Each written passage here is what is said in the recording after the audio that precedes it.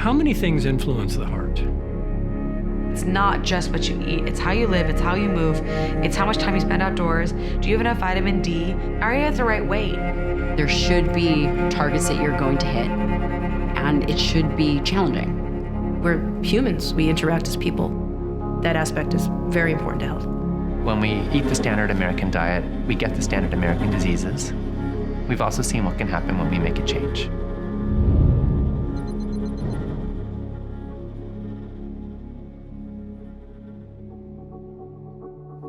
Hi, and welcome back to Proven, Healing Breakthroughs Backed by Science. I'm Nick Palizzi, and tonight is a bit of a triple header, and for good reason. The three topics, obesity, diabetes, and heart health, are all connected. How? First of all, from a data standpoint, these three conditions are all increasing at an alarming rate each year. Did you know that 25% of the deaths in the Western world are from heart disease and related complications? But these three are tied together in a more physiological perspective too. Weight gain and diabetes both have dire impacts on the health of our blood vessels and circulatory system. And what is at the heart of your circulatory system? Well, I just said it, your heart. By addressing either our weight, our blood health, or more directly, our heart health, we're almost by association going to positively impact all three. So why is it that the numbers of people who are overweight, obese, pre-diabetic, and diabetic are skyrocketing? And what are some safe and effective approaches to reversing these conditions and healing our hearts at the same time? It's time to get down to the heart of the matter. Okay, I'll stop. Let's dive in.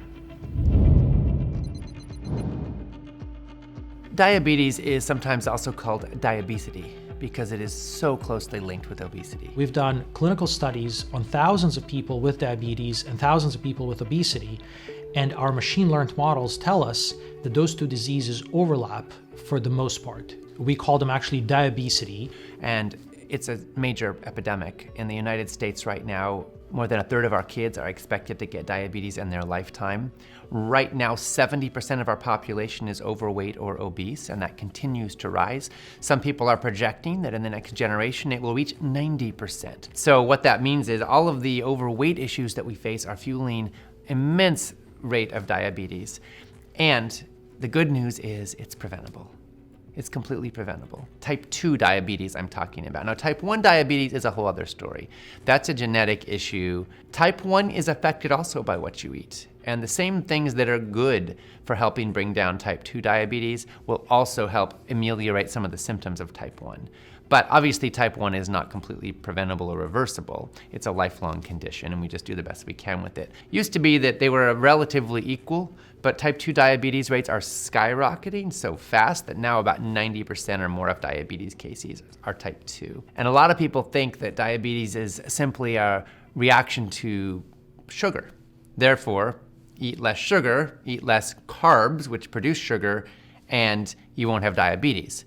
But that's a little bit like saying don't drive and you won't get a speeding ticket. You know, our bodies actually can do very well with healthy carbohydrates. And if your body isn't processing them well, that's a symptom of a larger issue. And truthfully, your body should be able to handle a little bit of added sugar too, not because it's good for you, but because your body knows what to do with it and how to process it. So the key here is not to stay off the road, but to become a safer driver. So how do you process your blood sugar? How do you produce the appropriate amount of insulin? How do you have the insulin sensitivity in your body so you can receive the appropriate amount of insulin and your body knows what to do with it to balance the blood sugar levels, get the glucose under control? The key thing is a body that is stressed will turn excess glucose into fat. The more body fat you have, the more difficulty you're going to have processing sugar effectively. Blood sugar, to me, is one of the earliest signs, high blood sugar in particular, is one of the earliest signs of an organism fundamentally failing to adapt to their environment. Living a life of inactivity, too much stress, and eating the wrong foods at the wrong times, the wrong amounts, is causing your body to degrade. Okay? It leads to what's often called the adaptive stress response, right? Your body adapts in a good way. It actually would protect you in primitive times. It would help you get away from danger. Your body would become temporarily insulin resistant on purpose to make sure that you have enough blood sugar to go to your brain to help you think your way out of that dangerous situation. The problem is that we're under chronic stress. And with chronic stress comes stress eating. So we have insulin resistance that's chronic, and we have stress eating packaged processed snack foods, things like refined carbohydrates and refined vegetable oils, which are metabolic toxins. So too much refined food, especially white sugar, damages mitochondria. Who's got a lot of mitochondrial damage? Diabetics. That's called the energy paradox. So you think about it. Here's a person who's got blood sugar issues and they're overweight. Wait a minute, they're eating more food than another person, but they're tired and they don't feel like exercising. But if they're eating more food and you're extracting energy from your food, shouldn't you have more energy instead of less energy? The only thing that explains that is this paradox where their mitochondria are working. So if you do a muscle biopsy of people who are overweight with type 2 diabetes that are tired, or they're not exercising, you do a muscle biopsy and you look at their mitochondria, the mitochondria are somewhat empty. So we get high blood sugar, we get hypertension, we get high cholesterol. All of these are downstream of these upstream problems that are the real main thing that's happening is they're damaging the mitochondria. The gentleman you're about to hear from made a splash in the world of alternative health 15 years ago when they began hooking people up to a grounding device they invented and showing them in real time what happens to the health of your blood cells when your body neutralizes its electrical charge. They would take a blood sample from each person before and after doing this 10-minute exercise, and the difference in the overall health of the blood cells was astounding. It didn't take long for their brilliance to catch on in the scientific community. We're about to find out how grounding your body, or as some call it, earthing, can have a huge impact on your circulatory system and overall heart health. I've been writing about health and fitness for some 40 years. I don't think I've ever come across anything as powerful as this. The power of the earth to heal and maintain health is enormous. Research is showing, growing research is showing that it reduces inflammation, reduces pain, reduces stress. It improves sleep, it improves energy, it improves blood flow. When you get this flow of energy from the earth, and which we believe to be electrons, creating a negative charge throughout the body, we measured red blood cells have increased their negative charge within 2 hours by something like 270%. And the more you increase the negative charge on a red blood cell, the more the cells can repel each other. There's less clumping, there's better blood flow. If you take two little negatively charged round magnets and push them together, they repel each other. By grounding the body, the first thing that happens is you increase the negative surface charge on red blood cells. Now they no longer stick together, there's no rouleau formation. You can't have a rouleau formation if you're grounded to the earth. It's like the animals who live in the wild. They have nice thin blood. Animals who live indoors with their owners, they all have thick, sticky blood and all of the health disorders that owners have. We had, I think, a dozen cardiologists and related type people, and we pulled them together in a room and we would draw blood from each one of them, take a look at the blood, then ground them for 40, 50 minutes, and then take a look at the blood again. When we first drew it, and these were cardiologists, they had rouleau formation. I mean, their blood was thick and sticky. It was a little chilly that day, but we were indoors and carpets and all that kind of stuff. So it's fairly common to have thick, sticky blood. And so then we grounded them for 30, 40 minutes and then draw the blood again. And then all the blood was perfectly spaced after they'd been grounded for 30, 40 minutes. So we couldn't make sense of it because you can drink water and that same thing would happen. You can eat a blueberry and it'll happen. But for everybody to be uniform, and the only mechanism involved was grounding the body, there had to be something more at play here. We flew back to San Diego and got a hold of Gaetan Chevalier, and Gaetan said, okay, let's take a look and let's measure the electrical surface charge on red blood cells. He designed a whole new study, and we got subjects, and then we would draw blood, and then he would apply an electric field, and then the blood cells would migrate at least an hour later, draw the blood again, and then apply the electric field again. And here's the blood moving 5 times, 10 times faster. So what he calculated was that we've increased the negative surface charge on the bloods by a factor of 2.7, almost 300%. The red blood cells in some of these people were as low as 5 millivolts negative, but as soon as we grounded them, they all averaged out about 20 millivolts negative. But what we realize now, the blood no longer having rouleau formation, it could get in and out of the capillaries because the blood cells go in single file and they rub against the capillary walls and they deliver oxygen, oxygenate the tissue, and then take out the debris. So anytime you ground anybody within 5, 10, 15, 20 minutes, their skin in the beginning will be kind of a dull color. Within 20 minutes, they're going to have rosy cheeks, their color's going to come up, demeanor's going to change, their energy comes up, and so it has to be from oxygenating the tissue. So when you oxygenate the tissue, then obviously you're going to reduce any of the inflammatory components, because now the body has an excess of free electrons. From my background in the communications industry, the reason we ground anything in the communications industry is to prevent charge, to maintain electrical stability. The human body is the most electrical thing in the environment. By grounding the body, you can't have charge. It's not possible.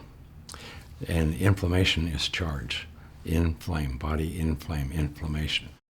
We have seen in studies earthing improves blood sugar, it improves blood flow, blood thinning, and it seems also to improve thyroid. You also have to tell people if they're on medication that earthing can improve the functioning of the body to the point where they may need less of a given medication. And typically we talk about blood thinners, thyroid, blood sugar reduction medication.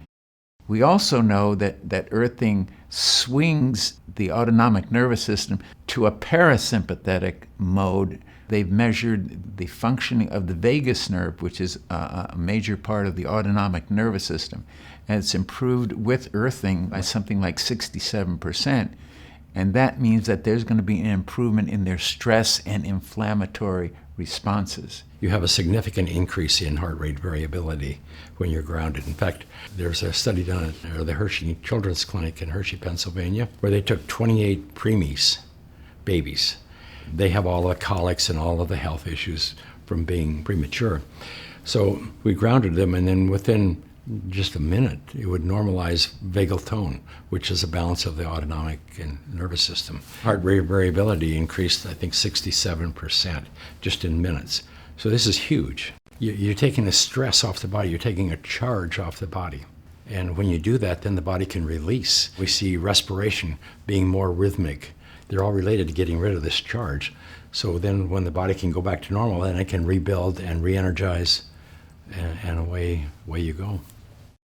It's a missing link in the health equation. We think about getting enough exercise, eating wholesome food, being happy, taking care of our stress. This is also something that belongs in that same equation. Are you thinking of taking your shoes off after this episode and walking around outside to ground your body for a second? Wouldn't be the worst idea. So, as you've seen in a few of our episodes already, the world of medicinal plants holds hundreds of well-researched solutions for the diseases of our time, and it's no different when it comes to your heart health and circulation. In the next segment, we're going to explore a few of the herbal powerhouses for your heart, but perhaps even more importantly, you'll be shown the underlying philosophy that master herbalists and integrative MDs operate by. Are you ready? Let's go.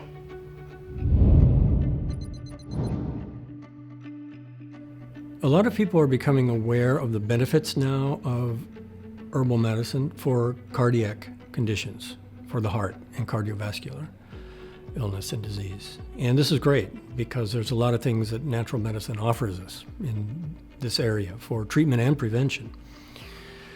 But it's also a very good opportunity to talk about holistic thinking and the difference between using herbal medicine holistically and symptomatically. When people hear about hawthorn, for example, or they hear about Chinese salvia, danshen, they think, well, okay, this is an alternative for this medication, or this is the herb for me. And there's a lot of that kind of thinking all across numerous conditions. People think, oh, depression, St. John's wort. People think, oh, hot flashes, black cohosh. Now, when we think like that, in some cases it's okay. In some cases that is the herb for that condition. But in many cases it is not. This is allopathic thinking, you see. This herb does this for this condition. And when people think like this, they're frequently disappointed. They take the hawthorn and their blood pressure doesn't go down. They take the St. John's wort and they don't feel relief of anxiety. And so they say, well, herbs don't work. And that's not the case. It's that you didn't use the right herbs in the right way for the right length of time. And that's the big challenge, and why my mission is to make everybody a clinician, because we have to take internet medicine, which is generic, and we have to make it more individualized. And there's only one way to do that, and people have to learn more medicine. They have to learn more about the unique nature of each herb. So with cardiac conditions, there are some herbs that will do specific things, always, that are very good. Hawthorn is nutrition for the heart. And if you strengthen the heart, that's good. But how many things influence the heart? When somebody has cardiovascular disease, it's not just about the heart. There's stuff going on with digestion, there's stuff going on with the liver, and so when you look at someone and talk with them and look at their tongue, feel their pulse, you're going to get this picture that presents itself. And yes, I'm going to use cornerstone herbs like danshen or salvia and crataegus, but then I'm going to build from there and use herbs that cool and nourish the liver or support the spleen function so that we're getting good qi. The nervous system influences the heart. So what if your cardiac condition actually needs to be treated with nervines, nervine calmative relaxant herbs? What if your cardiac condition is linked to chronic overstimulation, fight or flight reaction from overstimulation of the sympathetic nervous system and adrenal fatigue and stress? Well, hawthorn's not really going to address that. It'll protect the heart somewhat. What if the cardiac function has more to do with your diet and it's more based in your GI tract? Or what if it has to do with sleep disorders? You see, there's many things that we have to consider. Now, that doesn't mean that you shouldn't try these herbs. It just means that you should understand that cardiac herbs work in very targeted ways. They also have some systemic benefits. But if you take something and it doesn't work, don't think that botanical medicine doesn't work. Just continue your research. And that's where talking to a clinical herbalist is very helpful. It's not you take a pill for that. What we're trying to do is address all the underlying imbalances in all the different systems. And so this takes us to a new level of herbal medicine, which is combining herbs into formulas. And that's classical Chinese and classical Ayurvedic medicine. So you can combine the hawthorn with something like the milky oat seed, which is the number one most important nutritive tonic for an overstimulated nervous system with adrenal burnout. That way, the hawthorn's going to work more effectively. Or you might want to take the hawthorn with a little bit of ginger tea to help to support the digestive power. But most likely what you're going to have to do, and what brings people to medications like hawthorn or danshen or arjuna from the Ayurvedic tradition, which is their equivalent of hawthorn in a lot of ways, what you will have to do is address the other factors that are there, which are almost always more complicated than just giving nourishment to the heart. And those include high blood pressure. Hypertension takes time to build up. It's connected to many other factors. It's connected to inflammation. It's connected to the nervous system. It's connected to the diet. And then there's the cholesterol. And the cholesterol issue takes us into a whole different category of herbs. It takes us into the category of the bitter cholagogic herbs, the herbs that stimulate the processes in the liver to actually detoxify the cholesterol and help to move it out through biliary flow. Shanja crataegus is another herb that's been studied extensively for cardiovascular disease and its impact on cholesterol. And so you'll find danshan and shanja, or crataegus, and salvia used in combination to treat or be in a formula that's addressing the classic, arterial sclerosis that is present in most cardiovascular disease and kind of plaque buildup. And that's been studied in China for honestly decades. They've known about this stuff forever. And now in the supplement world in countries like the US and Australia and England, you'll see definitely crataegus in a lot of products. Danshan, not as often, but some companies I've noticed are starting to jump on the bandwagon and add it into their formulations. So the more we understand these underlying mechanisms, the more effectively we can build formulas. And the more effectively we build formulas, the more holistically we approach the problem. And the more holistically that we approach the problem, the better the results we get. So one thing I love to use in my clinical practice is gymnema and cinnamon. And the indication for these is for either diabetics or for people who are pre-diabetic or metabolic syndrome. And one of the reasons they work is gymnema can regulate blood sugar. So we also call it the sugar buster in our clinic, because one of the things it helps with is actually sugar cravings and blood sugar control. So people who go on this herb may have a more controlled, a lower blood sugar after they eat a meal. It's called postprandial blood sugar. Cinnamon, the thing that we use, I put it in my coffee. It's like a Colombian coffee. It's delicious. But one of the things that cinnamon does is also help to regulate the blood sugar. So the great thing about cinnamon is you can eat it, you can add it to smoothies, you can add it to meals, and people don't realize they think of it as more of a sweet treat. You can throw it on fish or chicken, you could throw it on your vegetables, and it adds a really amazing flavor, and it actually helps to regulate blood sugar. The two health solutions we're about to explore in this upcoming segment have been extensively researched, sometimes together, for their benefits on our overall health, but specifically heart health, healthy weight, and the prevention and reversal of diabetes. Qigong, sometimes referred to as Chinese yoga, was shown in two systematic reviews, one in 2007 and another in 2015, to reduce hypertension, which is one of the leading causes of heart attacks. It's also been shown to balance out the heart rate and improve overall heart function and blood flow. And that's because they work.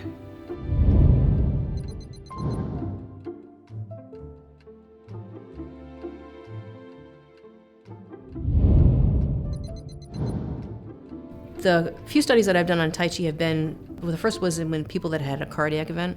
And one of the challenging parts of that group is you just had imagine you just had a cardiac event. The last thing you want to do is go do cardiovascular exercise because your heart just, didn't serve you well. So some people don't want to go through traditional rehab, getting on a treadmill, getting on a bike, and they don't do anything. And their outcomes are not that good. If you don't do anything, you need to do something, but it's frightening. So this other colleague had this idea, why don't we try Tai Chi? She did a study, the heart outcomes were good, but the qualitative outcomes, I got to interview them in a focus group, they loved it. They were like, this I could do, I could start at a level that made me comfortable. Because you can do Tai Chi, I could be doing it now and you wouldn't know. I mean, you can sit, you can stand, it's a mind-body intervention. So you're not just moving your body, you're incorporating your mind to move your body, and you're reestablishing connections that a cardiac event or any sort of major health problem is going to sever, or will sever those connections, or can. So we saw really positive outcomes of the Tai Chi for that very vulnerable population. And the other study I did that was also qualitative was looking at a sample of people that were older individuals in low-income housing. And that was a controlled RCT in that half of the sample got Tai Chi once a week. They had a video as well they could use at their discretion. And the other group got health education about health. And so they sat around a table, and this week they had a binder. This week we're going to talk about nutrition, or this week we're going to talk about exercise. But they sat and talked. And the Tai Chi group did Tai Chi. So I go in to interview the Tai Chi, and they're laughing, they're talking around the table, they're goofing with each other, they're smiling, they're interactive. There was one guy that had, he couldn't speak, so he wrote everything down. And someone sat next to him and wrote, gave him paper, and they understood each other. Whereas the people that had the health intervention, just the mind, just the cognitive stuff, really didn't get along so well. There was one group of friends that kind of sat by themselves, but they were friends before, they're friends now, and you didn't have that sort of social dynamic. So maybe the Tai Chi only does that. Maybe all the Tai Chi does is take people that live in low-income housing and they're elderly and brings them together. So they laugh, and they enjoy each other, and they see each other as human beings. Really, really different. Not that health education, I'm a public health person, right? That's what we're supposed to do, is health education. Not that that's not important, but it doesn't harness the rest of the body and the mind. The Tai Chi, especially in that residential situation, gave them social support. And there's actually really good research, epidemiologic research, and studies looking at improvement in social support linked to its all-cause mortality and morbidity. So social support is, we're humans, we interact as people. And that aspect is very important to health.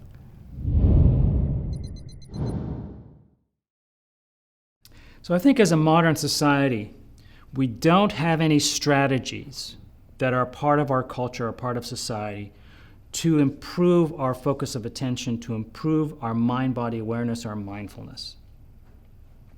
Because of that, we are essentially unaware of the consequences of our behavior. We're unaware of the risk factors that we're engaging in because we can't experience the negative consequences. When you do yoga and these other mind-body practices for a period of time, you suddenly become much more sensitive. And many people will report that after that, they can no longer engage in behaviors they used to engage in. Whereas in modern society, nobody thinks twice about walking into a 7-Eleven and buying 80 ounces of sugar water, drinking this and then smoking a cigarette, and then walking out the door as if nothing happened. If you've practiced yoga for several months, if you do that, you will feel very, very bad and very, very ill. And that will be the big message to you. You cannot do this. Somehow, understanding the science now reinforces your experience that, yeah, my experience was real because the science is consistent with that, as though your experience wasn't enough. But hey, whatever works. But the beauty is really this research literacy, is that yoga teachers can now talk from a scientific language. The classic example I like to use is a yoga teacher walks into a type 2 diabetes clinic and says, I want to teach yoga to your patients because I think yoga can help them. And the diabetes clinic person says, well, how does it work? What does it do? And the yoga person sits down, and they're wearing their sandals and beads, and their incense is emanating, and they say, well, it expands your aura, it raises the kundalini, it balances your chakras, and the prana goes in and the prana goes out, and that's the way it works. And the director says, okay, thanks very much, nice of you to come in. Now, if that same yoga person walks in after having looked at our research and learned about the model and how the science, they can come in and say, look, type 2 diabetes has many stress components. They have mood problems. This allows individuals to change their breathing rate, reduce their sympathetic drive, their activation. The mind-body components improve their not only physical function, but the mind-body effect. It improves their self-regulation of stress and emotion, increases their mind-body awareness, which can change their lifestyle behaviors, which are critical for type 2 diabetes patients, which need to change their diet. And then finally, this is potentially life-threatening disease. The life purpose and meaning can be very important for these patients, and yoga can provide all of these, and we have pretty good evidence for a number of these facets. You're now spoken the language of that clinic director, and he immediately sees the significance and says, we need this. Yeah, let's do it. How we can relate Qigong to the heart?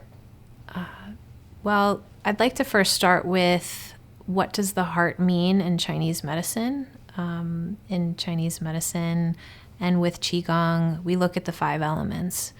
And there's the element that relates to the heart is the fire. Fire element relates to somebody's passion, somebody's love for life, somebody's excitement. In the positive form, in alignment. When somebody's in alignment and they have a really great heart chi, they have really, really great excitement, passion for life. Somebody that is out of alignment in the aspect of Chinese medicine, if it's excess, they might be frenzied, like crazy, like manic. If someone is depressed in the heart, they may be depressed or not in alignment with their passion, their life's purpose. So how I can relate to heart health is when you are practicing Qigong, you're really cultivating that heart chi. And the more that you cultivate that love energy, that purpose, that passion, the more that you can help others. So you're not only helping yourself through Qigong, you're helping others around you just by being around you. And in turn, that can help the heart from the West. I hope you're enjoying tonight's episode. We'll get right back into it in a second, but I wanted to take a quick moment to tell you how you can own the entire series. Below this video, you'll find a link to the full Proven docuseries, as well as a bunch of powerful bonuses that you can bring into your home at a special discounted price. This also includes a Proven companion guidebook that's jam-packed with powerful takeaways and action items from each episode. It's loaded with deep dive wisdom that isn't included in our free premiere. On top of that, we're hosting 2 live Q&As where you can ask questions directly to some of the renowned experts you see in these episodes. If you're interested in bringing these powerful, proven healing solutions into your life, it's well worth checking out. Plus, the proceeds from your purchase will help us on our quest to unveil new breakthrough medicines and share this information with the world. Make sure to check it out. Now back to tonight's episode. All right. We're getting down to our final 2 solutions for this episode. Are you ready? Our number 2 discipline is exercise. Well, not just any exercise. There are some specific practices that are easy to learn and can really transform your heart health and overall circulation. Yes, it can be tough to stop your day and find that 45 minutes to get your heart rate going, but like any habit, once you start, it can become easier and easier to maintain. This quick segment will give you some essential tools and practical bits of wisdom that will help you put together a movement regimen that works for you.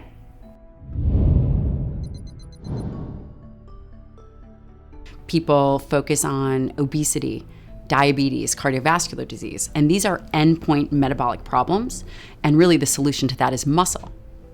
And I really want to let that land because muscle has the capacity to prevent these metabolic diseases because it is your currency. It is your absolute metabolic currency. What does that mean? So if you really want to just break that down from a metabolism standpoint, it's responsible for your 1, resting metabolic rate, 2, your glucose metabolism. So everyone is talking about carbohydrates, diabetes, high blood glucose. Muscle is the solution to that because it utilizes glucose at rest and during activity. Cholesterol, that's everybody's favorite topic, is cholesterol and statins. Rather than going on a statin, if you have healthy muscle tissue, muscle is one of the largest sites of fatty acid oxidation. I mean, that's pretty incredible, right? There's multiple reasons why having healthy muscle protects the trajectory of your aging.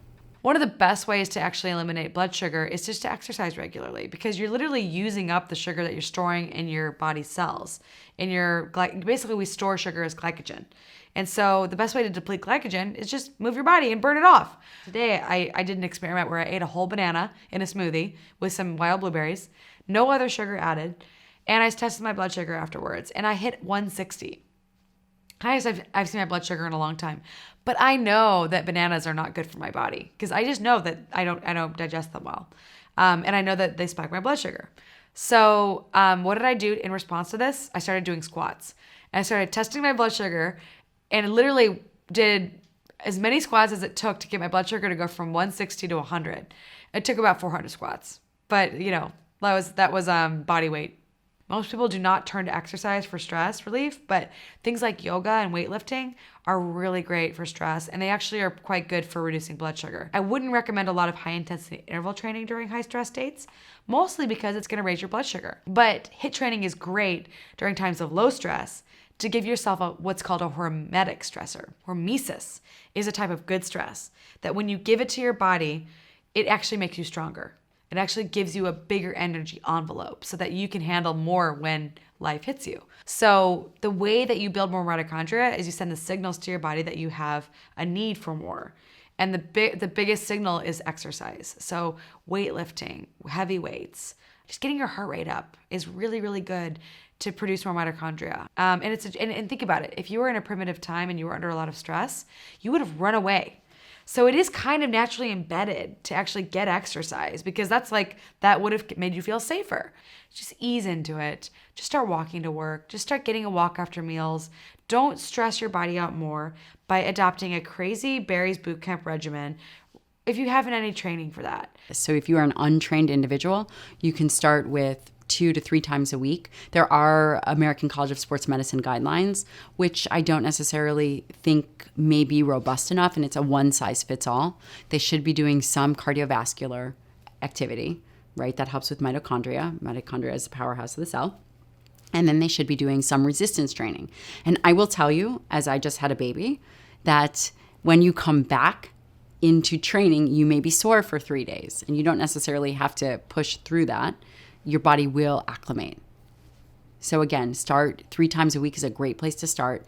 The goal is you want to quit at least one time in your workout, and you know that you're doing it effectively.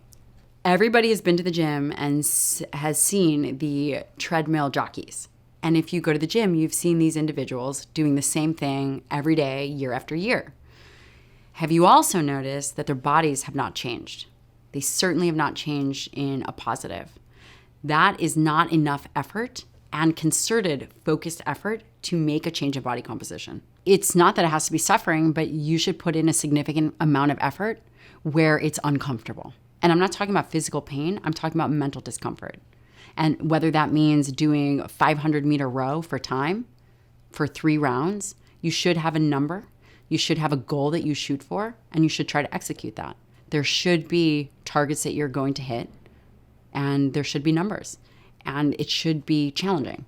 Start tomorrow. Just start walking more. Just start sending the signals to your body that you need more. That's really the way to do it. So dance can be used to help with decreasing blood pressure and diabetes and improve health on a holistic level. The reason why our field kept the name dance/movement therapy was because it wasn't wholly just dance. So it is not just therapeutic dance, and it wasn't wholly movement, because movement takes away the creativity. So embracing the two, it has to do with movement, it has to do with kind of, again, those health benefits that come from moving our body, from gaining strength, from kind of preventing falls, from embodying ourselves in ways that we could be more conscious about body image and healthy eating. And it brought in that creativity, which is so essential in terms of hope. And creativity is important in terms of problem solving and living in the world and feeling a sense of value. I find that creativity can really feel almost like a way to express your self-esteem. Wow, I came up with something. I have an ability to solve a problem here, and that feels I feel good. I feel damn good about myself that I can do that. So absolutely, there is this overlap between kind of that movement, that exercise science, as well as the dance and the creativity. And it's kind of this perfect marriage. There are a lot of body-based psychotherapies, and they all kind of embrace that same idea that our body has wisdom, and that by healing the emotional experiences that we hold in our body, we are actually healing ourselves holistically and psychologically. But I think, and I'm biased, but I think dance movement therapy is special because it really brings in the art. And we know that the creative arts are so important. Okay, drum roll please. Our number one solution for this episode is personalized nutrition. When it comes to weight loss, heart health, and preventing diabetes, I think most of us know intuitively that the quality and the amount of the food we eat plays a major role. But what meal plan is right for you, especially considering all the knowledge we've heard so far in this series about how unique each one of us are from one another, even from our own families? What types of food are going to spike your blood sugar and cause a problem, and which ones are going to give you a long-lasting and level boost of energy and stamina? Believe it or not, the science is in, and it all comes down to your unique body type. We're entering an era of personalized lifestyle practices that are dialed into you, not the other 7.5 billion people on the planet. For many folks, this is more than just looking and feeling great. It could be the difference between life and death.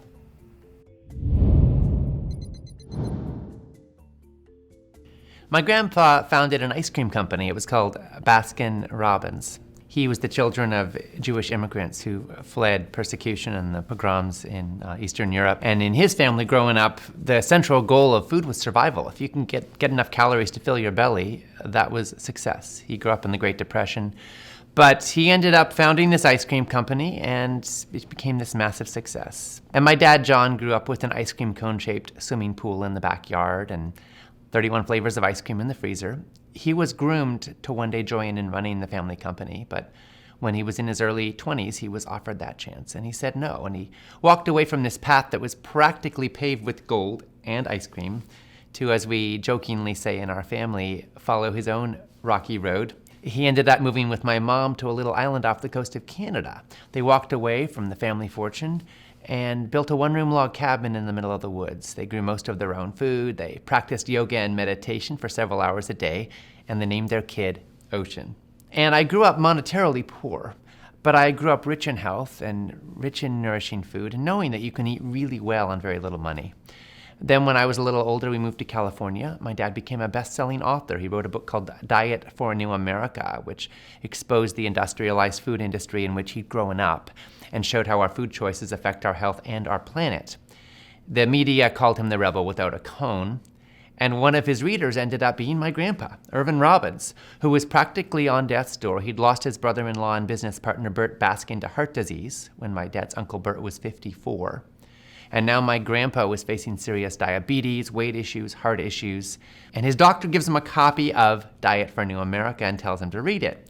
My grandpa then did so. He read the copy the doctor gave him, not the signed copy my dad had given him when the book came out, of course. But he followed its advice. He ended up giving up ice cream, giving up sugar, giving up most processed foods, giving up most animal products, and eating a lot more fruits and vegetables and whole plant foods. And he got results. He lost 30 pounds, he got off his diabetes and blood pressure medications because he didn't need them anymore, and his golf game improved 7 strokes. So we've really seen in our family that when we eat the standard American diet, we get the standard American diseases. We've also seen what can happen when we make a change.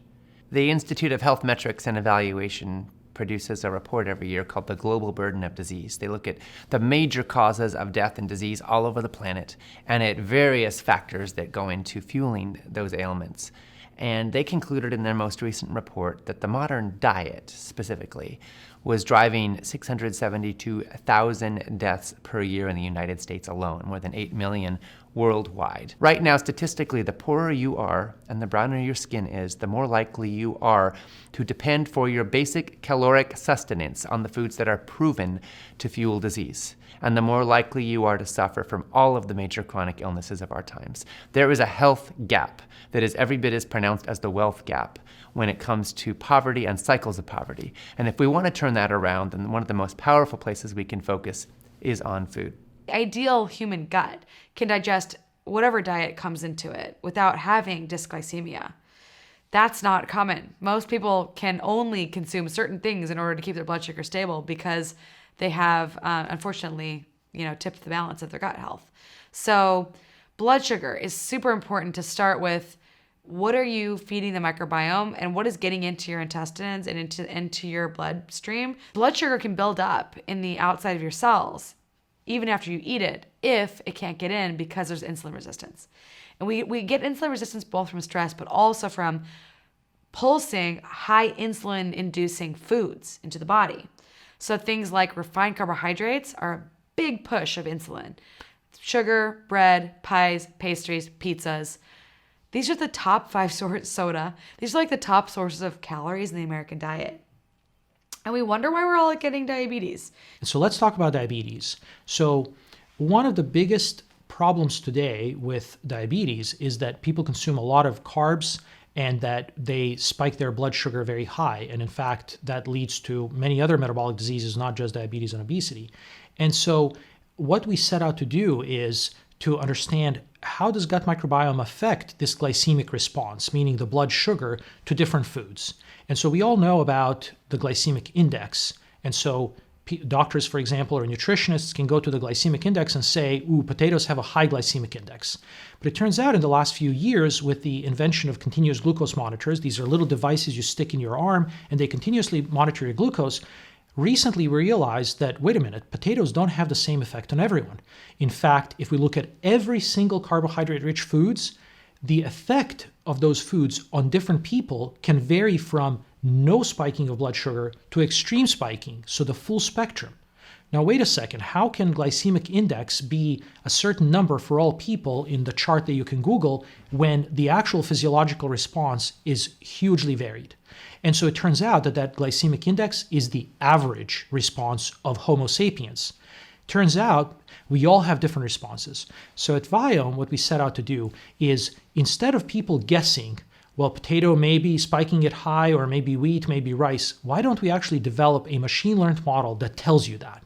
And so we performed a very large clinical study where we fed 550 people 30,000 meals. And we recorded the glycemic response using a continuous glucose monitor to every single one of those meals. And right before we performed that study, we measured, using our gut microbiome test, all of the features in the gut microbiome of every single one of these 550 people. The good part about AI is you can give it 30,000 meals, and you can give it the glycemic response, and you can give it for 550 people, and you can say, build me a model that makes sense. And now it can build a model that says, wait a minute, I can actually predict with 90% accuracy the glycemic response for every food, for every person, just based on the gut microbiome test. Wow, that's great. Now people don't have to guess. And so we just published a paper on that demonstrates that if you feed same 2 foods to 2 different people, you can get exactly black and white opposite response in the 2 people to those 2 foods, as measured objectively by a glycemic response. Get a glucose monitor at Walgreens over the counter and start looking at your blood sugar after meals, because blood sugar is one of the biggest, earliest markers of health or ill health. And if you see your blood sugar in the pre-diabetic range or even right below that range, I even think that in the upper 90s for fasting glucose is a little too high. You can start doing things to change that. If your postprandial blood sugar is above 110, start working on it. If you really want to tackle blood sugar metabolism, the best way to tackle it is to realize that it's not just what you eat. It's how you live, it's how you move, it's how much time you spend outdoors. Do you have enough vitamin D? Is your microbiome unhealthy? Are you at the right weight? And if you're not, then you need to lose some weight. And if you need to lose weight, one of the easiest ways to lose weight is start intermittent fasting. Simple. 14 hours a day. Start with that. Fasting is a great way to lower blood sugar. It's a great way to lower liver fat levels. Non-alcoholic fatty liver disease is going to become the leading cause of cirrhosis and liver replacement soon. It's going to overtake alcohol. And so how do you eliminate fatty liver? Well, you stop snacking, you stop drinking alcohol, you stop eating sugar, and you start fasting more. A lot of people now are talking about fasting. There's water fasting, and people go fast for a week, usually with medical supervision. But they also are doing intermittent fasting, where they take 12 hours a day off or 16 hours a day and compress all their feeding window to, say, an 8-hour window from like 10 a.m. to 6 p.m., for example, or something like that. Still more research to be done. Not all people are the same. There's no one-size-fits-all solution, but it does seem that for a great many people, at least intermittent fasting and giving your body a rest can be beneficial in a number of ways. For one thing, it cleans you out. For another thing, your body's ability to have healthy blood sugar balance is optimized when you aren't eating constantly. When you take breaks, when it's an on and off situation, your body can effectively produce insulin and then stop producing insulin. And when there's a constant never-ending stream of food and insulin production and insulin metabolization, your body can actually lose some of its edge. Just like we need sleep and we need wakefulness and they balance each other, turns out that eating and nourishing and then taking a break balance each other. So obviously listen to your body. There are some people who feel like a wreck if they don't have breakfast first thing in the morning. Other people are genuinely not hungry until noon. But a note of caution, I personally do not drink coffee unless I've had some food first. It's just my rule, because I think it's healthier from my body that way. So listen to your body, see what makes sense for you, and know there's a lot of evidence indicating that having a good chunk of time off overnight is optimal. And particularly going to bed on a somewhat empty stomach is also good for your waistline, by the way. When you go to sleep full of food, guess what? Your body's going to metabolize it, but you're not burning any of that glucose. So what's going to happen to it? It's going to get stored as fat. Initially I was like, oh, fasting, we don't need to fast. This is just like a fad. And then I discovered that oh my God, no, this is absolutely vital for health. In fact, everyone should be fasting at some point in their life. Satchidananda Panda actually has some research on how even a 14-hour fast can actually reverse the signs of metabolic syndrome in people. So I tell people, just start with 14 hours. And then maybe let's say you're doing 10 hours, you just go to 12, and then from 12 to 14, and just gradually adapt your body in the direction of more fasting. 16 hours is pretty magical. Dave Asprey claims that 18 hours is the best. I would say do what you can do effectively without feelings of overwhelm. So when you wanna be giving your body a rest at bedtime, and your digestive tract a rest at bedtime, and then when you wake up in the morning, you should time your meals so that optimally they're tied to your most active times of the day.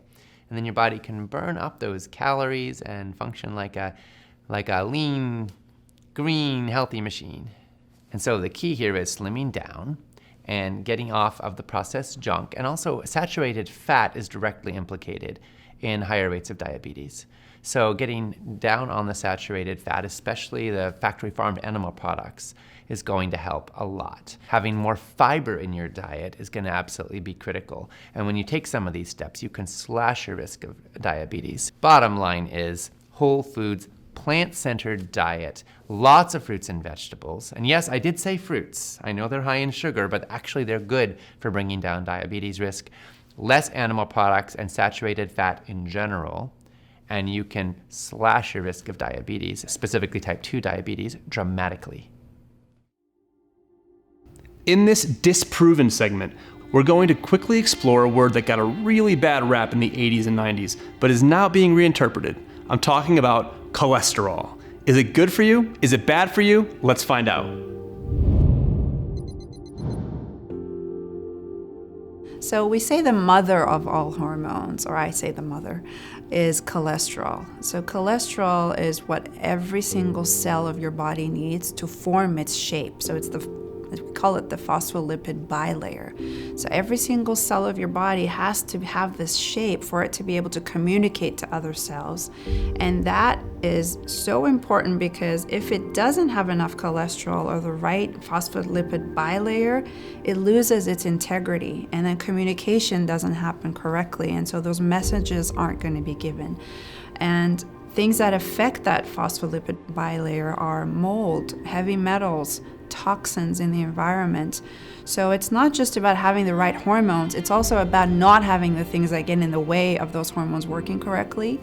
But, in this world that we live in, most people are on a statin medication to lower their cholesterol. We see cholesterol as such a bad thing. It has such a bad rep. For years, everything was low fat, no fat. And now we're starting to realize, wait a second, 50% of heart attacks and strokes happen with completely normal cholesterol levels. So how is it that cholesterol has such a bad rep? Well, cholesterol in terms of hormones for me are super important because it converts to pregnenolone, and then that converts to progesterone. And so all our hormones actually come from this fat, and we are often trying to suppress it, and many people are on medications and have low cholesterol, and then they have hormonal imbalance or not enough hormones because they don't have the thing that started it in the first place. So I always say, look at also, do you have enough cholesterol, first of all? And if you do and you don't have enough hormones, look at where that conversion occurs. And often it occurs in the mitochondria of the cell. If you remember science class, grade 10, where we had to learn the Krebs cycle and look at mitochondrial function, this is where we age. This is where we get our energy. So it creates ATP. And if the mitochondria doesn't work well, hormones aren't made often from those conversions that I just listed.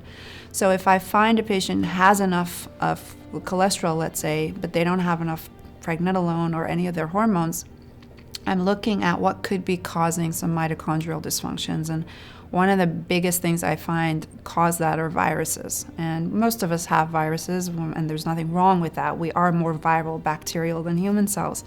But things like Epstein-Barr virus, the herpes viruses, a lot of these viruses actually can cause damage to the mitochondria if we are not eating properly, we don't have enough antioxidants in our diet, we're around screens and actually causing more damage to this. And so sometimes that's where we need to look at, instead of replacing the hormone, is how can we rejuvenate? How can we give the body what it needs so that the mitochondria work well and for us? So the first thing I do when I'm taking care of a patient is I actually still keep my conventional lens. You know, I've had patients come to me really frustrated and angry at the conventional world. And sometimes I don't want to, because I can feel that way sometimes as well. But I still keep my conventional lens on. And for example, I've had patients come in and say, I don't want to be taking all these medicines. Okay, great, let's look and see what your issues are. And sure enough, you know, significant cardiovascular risk factors, and I'm looking at it from a conventional world, and I'm like, well, you know, I would recommend that you continue these medicines because the studies have shown, you know, there is data that shows that you probably do need to be on a statin. But then I give them an explanation from a functional lens. You know, even with my functional lens, I would say the same thing. And for example, you've had cholesterol, you know, the functional cholesterol data points tell me you have inflammatory cholesterol, you have plaque that's unstable, you have all these structural issues that tell me that you've got issues going on, and if you get off these medicines, you will have a heart attack. And I have to realize that, you know, the number one killer of anybody is going to be a heart attack or some cardiovascular event. And so, you know, being honest and true, you know, to my skills and my knowledge, I tell them you're not the one that we can get off at this point. And maybe you'll have to be on it depending on how well you can change your life around this. And so then we do the functional stuff. Can we pull down inflammation in that artery? Can we actually watch these biomarkers to get them down? Because there's randomized controlled trial studies that say if you have an unstable plaque, you have a very high risk of a heart attack. And, you know, it would be negligent on my part if I said you shouldn't be on a statin. So I keep that conventional knowledge and that conventional randomized control information and say you're the one that shouldn't. There might be a younger person that comes in, 40 years old, cholesterol's a little off. Maybe they have a little inflammatory cholesterol. Maybe I'll tell them, okay, if you really want to get off the statin, here's what you have to do, and here's what we're going to do. Pretty intense program, and then we're going to follow these biomarkers and tell us, yeah, you have less inflammation. I feel comfortable that your plaque is stabilized, or you can regress some of that plaque, and then you won't have that risk. And if they have that time and they're young, you know, I can feel comfortable, you know, following them through with that change. So a lot of people who have prediabetes or diabetes are going to the doctors, and the doctors are basically saying, well, here's your range. This is the drugs that you get. If you're pre-diabetic, you get metformin. If you're diabetic, you get insulin if you need it. Now, that's not the only answer, right? Obviously, doctors usually say diet and lifestyle. They say eat less or exercise more, but they don't tell you how. And so people go out and they do those things and they don't work and they wonder why. And it's like, well, you went out and, you know, you started doing HIIT training and then you like hurt yourself, you have to figure out why are you insulin resistant? There's so many causes of insulin resistance, but maybe it's your diet, maybe it's, caregiving stress, maybe you don't have any outlet for your stress, and that's causing your insulin resistance. Maybe it's that you spend 90% of your time indoors and you're vitamin D deficient. Maybe it's because you sleep really poorly and you're insulin resistant because your cortisol is constantly high because it's not turning off because you're not sleeping well. Maybe you're sleep apneic, right? Maybe you are mineral deficient and you need chromium or vanadium. Maybe you've got hormone imbalances. Maybe you are eating a healthy diet, but you're just eating too much. Maybe you're carrying too much extra weight around your abdomen. Maybe you never fast. All of these things I would ask a person to find out what is it that's causing your problem. Maybe you live in an environment with lots of pollution. Pollution can raise blood sugar too. No one even knows that, but that's the thing. Stop thinking about blood sugar as a diagnosis code. Stop thinking about blood sugar as a metformin deficiency. And start thinking about blood sugar as a symbol of whether or not you are adapting to the lifestyle you're living. And start looking at your lifestyle and figuring out what's maladaptive about it. Because fundamentally, high blood sugar is just a symptom of your body not responding effectively to the world that it's living in. Maybe you're not living in the right environment. Maybe you're not connected enough to your family and your friends and you're isolated and that's causing your stress. There's so many different reasons why a person's blood sugar is high. It's not just what we eat. I'd say the first thing I look at is food and then exercise, sleep, and stress. Typically what I do with a person who's got prediabetes or diabetes is I put a glucose monitor on them. And I try to find out where and why do they have a problem. And so someone might have just consistently elevated fasting glucose. And so you have to ask yourself, okay, how do I lower that, right? What's going on in their liver? Why is their liver not responding effectively to lower that glucose output? And typically I see high stress. Typically I see someone who's never fasting. So typically I see, like for example, I've got a person who works in finance who is, his post-meal blood sugar is perfect because he eats a healthy paleo diet. But his fasting blood sugar is way too high. And his liver enzymes are a little bit too high. And so what I'm seeing is he's working from 5:30 in the morning to, like 7 at night. He's waking up at 4 and it's just nonstop go until he goes to bed at like 9. And for him, it's not his diet, it's his stress. For my other client, it wasn't her food, even though she was eating a bunch of gluten-free flour-based foods, it was really her relationship. But for some people, it is what they eat. For some people, it's the sugar. It's the sugar, the soda, the white flour. For a lot of people, that's just the problem.